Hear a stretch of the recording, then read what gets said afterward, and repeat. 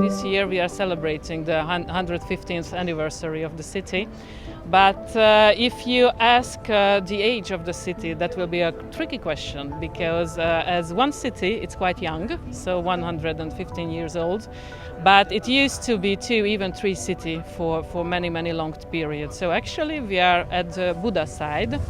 And this is just good that we are close to that building, because it used to be the city council of the city of Buda, and this is the goddess of Palace Athene, so she is responsible for the wealth of the city. Many times Budapest has been not the center but the border of an empire, and it changed or a culture, and that's why I think it can be especially interesting, because you can find a great mixture here. So lots of culture, lots of religion.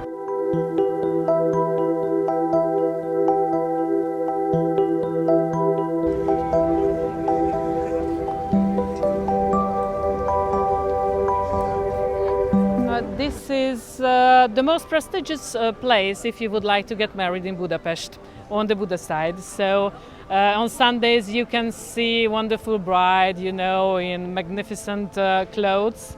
And it's called Matthias because King Matthias, who was one of the greatest Hungarian king, got married twice in that church. And the second time, the bride was a princess from Naples, so an Italian princess, and this is the beginning of the Hungarian Renaissance, which was a golden period of the Hungarian history.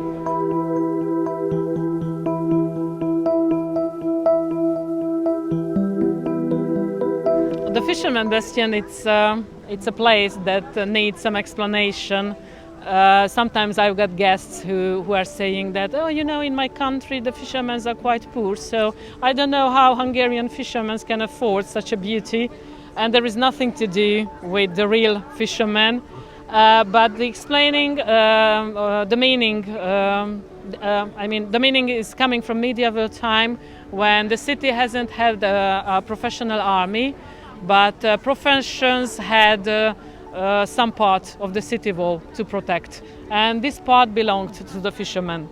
And if not, the Fisherman's Bastion, it's all this beautiful system of small towers and walls, very richly decorated, and the main function of the whole thing is to be beautiful.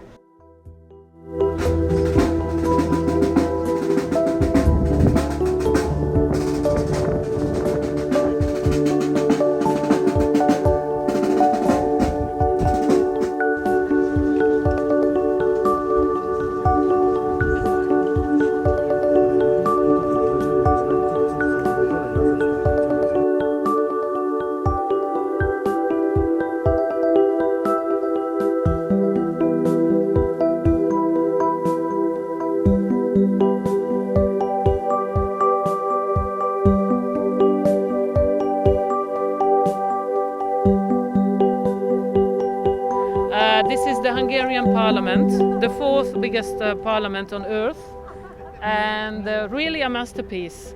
So just imagine that inside it's all decorated, painted with lots of gold, and each profession has its own statue as a decoration, even filmmakers, which is fun.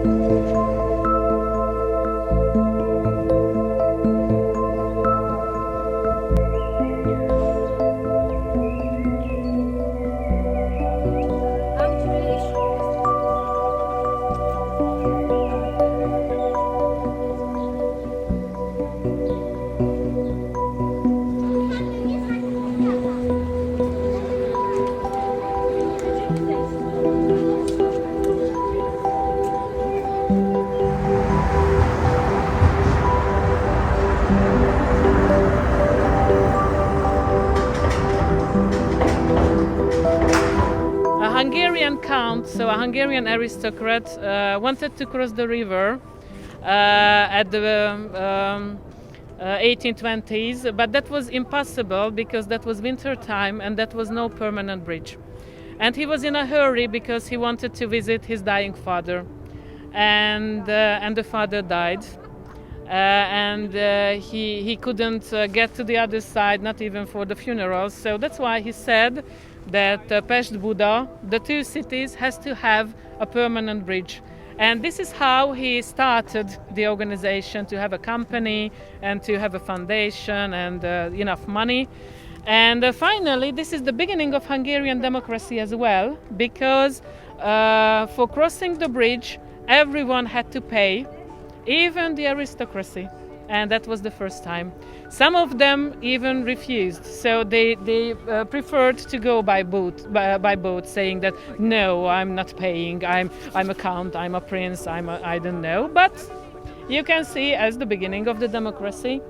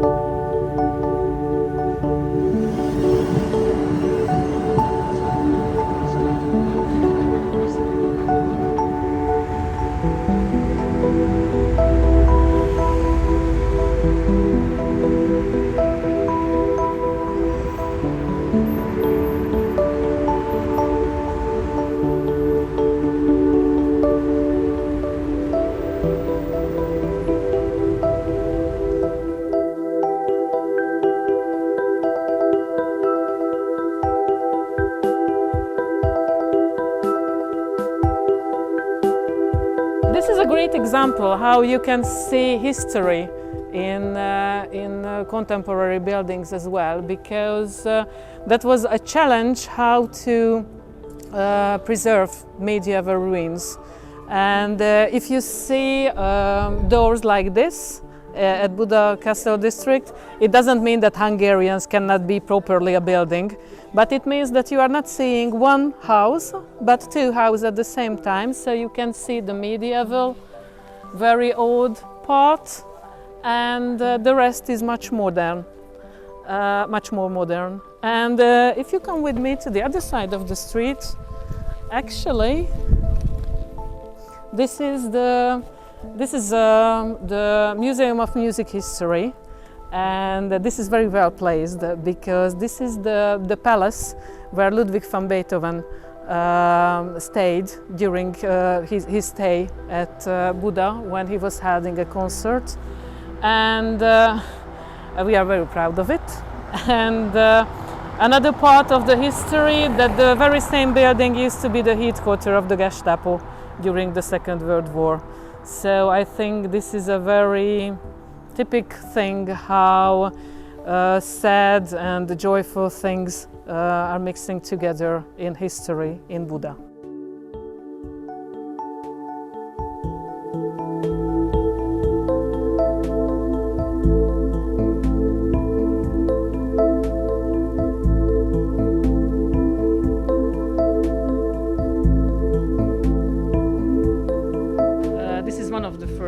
luxury hotel of Budapest. I really don't know how they had the permission because the hotel was built at the 80s, so at the end of the Soviet era of the country. But one thing is it can be very interesting, and for me it's very heartwarming that Hilton had the permission with a very strict condition to preserve anything they can from the medieval remains, because at medieval time they used to have a Dominican church and monastery and a Jesuit high school, and just going into the lobby or having a drink, you can face history in a hotel.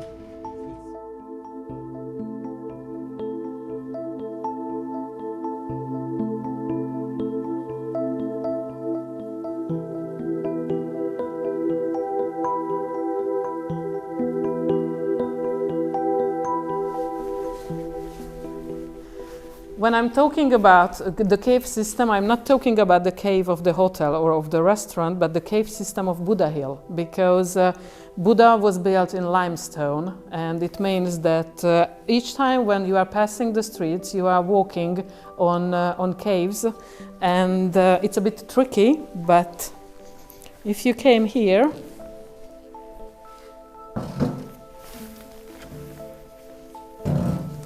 this is one part of the huge kilometer-long cave system under the buildings. Just this restaurant wanted to transform it in some kind of a wine cellar. So they used for serving the wine. Yes. But this is a good example how it's just to help people to imagine that. We've got a second city under the city. So, for example, during the siege of Buda, you could go to see your neighbor without going to the street, just using the cave system.